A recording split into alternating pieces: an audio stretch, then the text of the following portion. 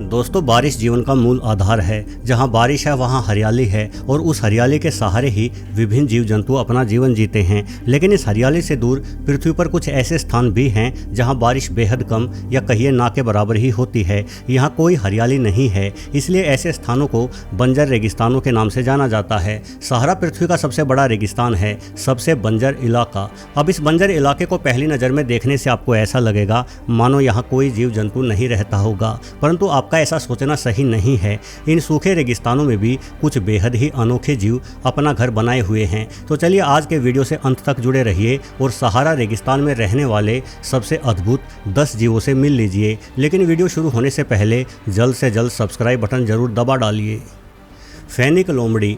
लोमड़ी जीव जगत के उसी परिवार से संबंधित है जिस परिवार में भेड़िया और कुत्ते जैसे जीव शामिल किए जाते हैं। जीव जगत में इस परिवार को कैनेडी नाम से पुकारा जाता है और सहारा के रेगिस्तान में पाई जाने वाली फैनिक लोमड़ी हमारी पृथ्वी का सबसे छोटा कैनेडी सदस्य है। इस लोमड़ी का वजन करीब 1 किलोग्राम के आसपास ही होता है। वैसे जब आप इस लोमड़ी को गौर से देखोगे तो आपको संसार में इससे खूबसूरत जीव कोई दूसरा नहीं लगेगा। फैनिक लोमड़ी के छोटे से शरीर पर बेहद लंबे कान बड़े ही खूबसूरत दिखाई पड़ते हैं। इन बड़े कानों में रक्त शिराओं का विशाल जंजाल फैला होता है और चूंकि ये कान काफी बड़ा आकार रखते हैं, इसलिए इनमें से गुजरता हुआ खून जल्द ठंडा हो जाता है, जिस कारण फैनिक लोमड़ी तपती गर्मी में भी कूल बनी रहती है। ये लोमड़ी छोटे मोटे कीड़ों के साथ साथ पक्षियों और उनके अंडों को खाना भी बेहद पसंद करती है। वैसे लोमड़ी होने के बावजूद भी फैनिक फोक्स कुछ हद तक बिल्लियों की भांति पेड़ों पर चढ़ सकती है। शुतुरमुर्ग। शुतुरमुर्ग यानी ओस्ट्रिच धरती का सबसे विशाल पक्षी है। इसकी लंबी टांगों ने इसे वो काबिलियत दी है कि यह पक्षी गर्म रेत यानी रेगिस्तानी इलाकों में भी निवास कर सकता है। सूर्य की गर्मी के कारण गर्म रेत किसी भट्टी के समान ही तपता है, लेकिन इस रेत से निकली गर्मी शुतुरमुर्ग को अधिक परेशान नहीं करती, क्योंकि इस पक्षी की ऊंची टांगें इसके शरीर को भूमि से काफ़ी दूर कर देती है। शुतुरमुर्ग लंबे समय तक बिना पानी के गुजारा कर सकता है, क्योंकि यह सहारा में उगने वाले थोड़े बहुत पेड़ पौधों और उनके बीजों को खाकर उनमें मौजूद नमी के आखिरी कतरे तक को भी अपने इस्तेमाल में ले लेता है। वहीं ये पक्षी छिपकली और टिड्डों जैसे जीवों को भी खाकर अपना गुजारा कर सकता है। मतलब सहारा के मरुस्थल में जीने के हिसाब से शुतुरमुर्ग ने खुद को ढाल लिया है। देखा जाए तो इस सूखे मौसम में रूखा सूखा खाने के बावजूद भी ये पक्षी बड़ा ही ताकतवर होता है। एक शुतुरमुर्ग वजन में 150 किलोग्राम तक भारी हो जाता है और अपनी लंबी एवं मजबूत टांगों के दम पर यह 70 किलोमीटर प्रति घंटे की गति से दौड़ भी लगा सकता है। हालांकि अपने भारी वजन के कारण बेचारे शुतुरमुर्ग उड़ नहीं पाते, लेकिन अपनी मजबूत टांगों के एक ही प्रहार से ये किसी भी दूसरे जीव को परलोक पहुंचा सकते हैं। एडेक्स एंटीलोप। लंबे और घुमावदार सींगों वाला यह जीव विशाल आकार का एंटेलोप है। एंटेलोप असल में बोविडी परिवार से संबंधित जानवर होते हैं। इस परिवार में मवेशियों के साथ साथ भेड़ और बकरियां भी शामिल की जाती है। एडेक्स एंटेलोप 100 किलोग्राम तक भारी हो जाते हैं और इनके पास 4 फीट से भी अधिक लंबे सींग हो सकते हैं, जो कि कई बार इनकी टांगों की लंबाई से भी अधिक लंबे हो जाते हैं। अपने इन सींगों के एक ही प्रहार से यह एंटेलोप बड़े शिकारियों को भी सबक सिखा सकता है, परंतु इसके बावजूद भी आज एडेक्स एंटेलोप सहारा में विलुप्ति की कगार पर पहुंच चुके हैं। इनकी संख्या 500 के आसपास ही बची हुई है। असल में अतीत में मानवों ने इस एंटेलोप का बड़े पैमाने पर शिकार किया है, जिस वजह से अब इस जानवर का दिखना ही दुर्लभ हो गया है। Dorcas Gazelle. दोस्तों, गजेल को भी एंटेलोप प्रजाति में ही शामिल किया जाता है। हालांकि ये दिखने में हिरणों जैसे लगते हैं। जहां तक डोरकस गजेल का सवाल है तो इन्हें दुनिया की सबसे छोटी एंटेलोप प्रजातियों में शामिल किया जाता है। ये मात्र 15 से 20 किलोग्राम ही भारी होते हैं, जिस कारण देखने में ऐसा लगता है कि अपने छोटे आकार की वजह से डोरकस गजेल को कोई भी शिकारी बड़ी ही आसानी से अपना शिकार बना सकता है, परंतु ये इतना आसान नहीं होता। आकार में छोटा होने के बावजूद भी ये जीव कमाल की तेज गति से दौड़ सकता है। डोरकस गजेल पलक झपकते ही 80 किलोमीटर प्रति घंटे की रफ्तार पकड़ लेते हैं, जिससे शिकारियों को इन्हें पकड़ पाना काफ़ी मुश्किल हो जाता है। ये जीव सुबह के समय पेड़ों की पत्तियां आदि खाना पसंद करता है, क्योंकि ऐसा करने से रात्रि को पत्तियों पर पड़ी ओस भी इन्हें प्राप्त हो जाती हैं, जिससे डोरकस गजेल की प्यास भी बुझ जाती है। ऊंट। अब ऊंट किसी परिचय का मोहताज नहीं है। ये रेगिस्तानों के सबसे प्रमुख जानवर माने जाते हैं, चाहे सहारा मरुस्थल हो या भारत का थार मरुस्थल। ऊंटों के बिना रेगिस्तानों में रहने वाले इंसानों का गुजारा नहीं हो पाता। पतला शरीर होने के बावजूद भी ऊंट बेहद ताकतवर होते हैं। ये बिना थके तेज गति से लगातार आगे बढ़ते रहते हैं। एक अकेले दिन में भारी वजन के साथ ऊंट बिना किसी परेशानी के 50 किलोमीटर तक का सफर तय कर सकते हैं। शायद यही वजह है कि ऊंटों को रेगिस्तान के जहाज के नाम से भी संबोधित संबोधित किया जाता है। ऊँट रेगिस्तानी परिस्थितियों में रहने के लिए बिल्कुल अनुकूल हैं। ये कई दिनों तक भूखे और हफ्तों तक प्यासे भी रह सकते हैं। हालांकि ऊँट इंसानों के लिए इतने काम के जानवर हैं कि अतीत से ही हमने इन्हें पालतू बनाना शुरू कर दिया था। इसलिए आजकल ऊँट जंगलों में नहीं मिलते, बल्कि सहारा में पाए जाने वाले तमाम ऊँट भी पालतू ही हैं। रेगिस्तानी कछुआ। अब ये तो सारी दुनिया मानती है कि कछुए पानी के इर्द गिर्द पाए जाते हैं, लेकिन ऐसा मानना पूरी तरह से गलत है। दरअसल कछुओं के 2 प्रकार होते हैं, जिन्हें टर्टल और टोर्टोइस नाम दिया गया है।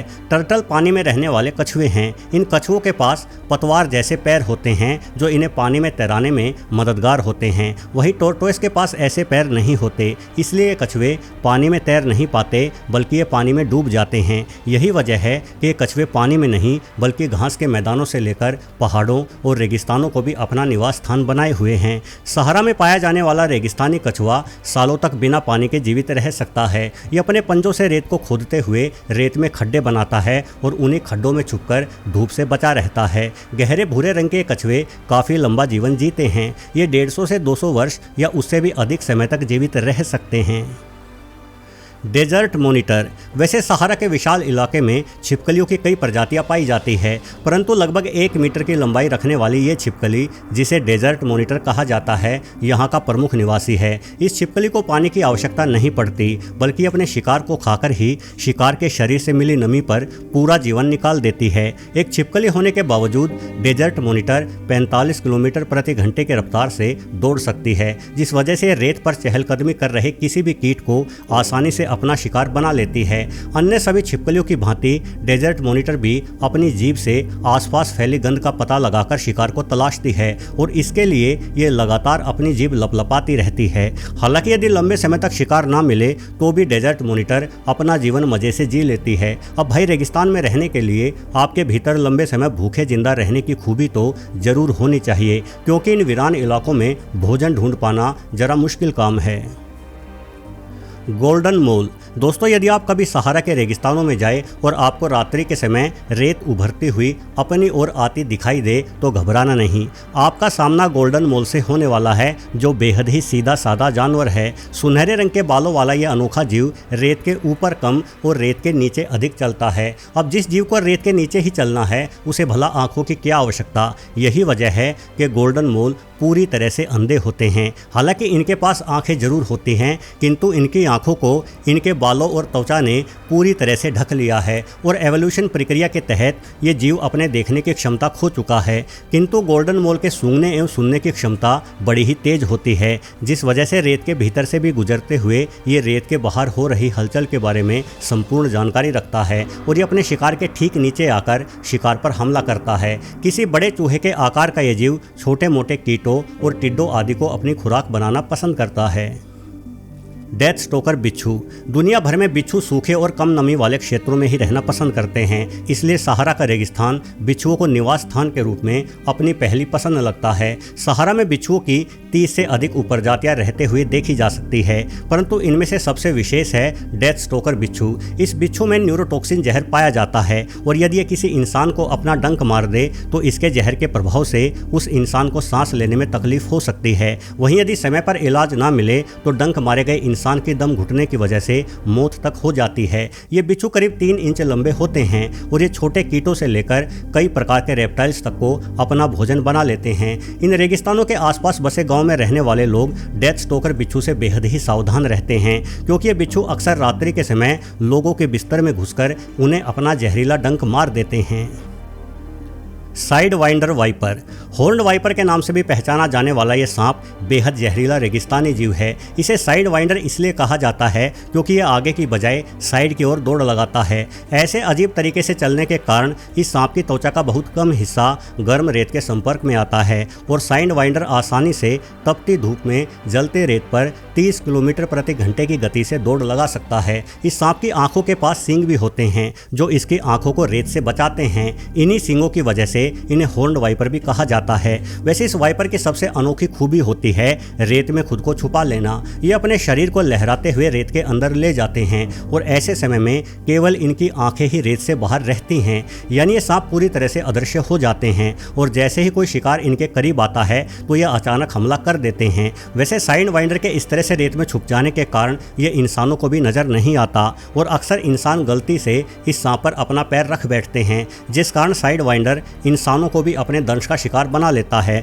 इस हिसाब से देखा जाए तो ये सांप सहारा में पाया जाने वाला सबसे घातक जीव है। इसलिए यदि आपका कभी सहारा रेगिस्तान में जाना हुआ तो साइड वाइंडर सांप से हमेशा ही सावधानी रखें। साथ ही ऐसी जानकारी से भरे अन्य वीडियो देखते रहने के लिए इस चैनल को सब्सक्राइब भी कर लें। वैसे आज का वीडियो आपको अच्छा लगा हो तो किसी अन्य वीडियो पर जाने से पहले इस वीडियो को लाइक जरूर करते जाना। धन्यवाद।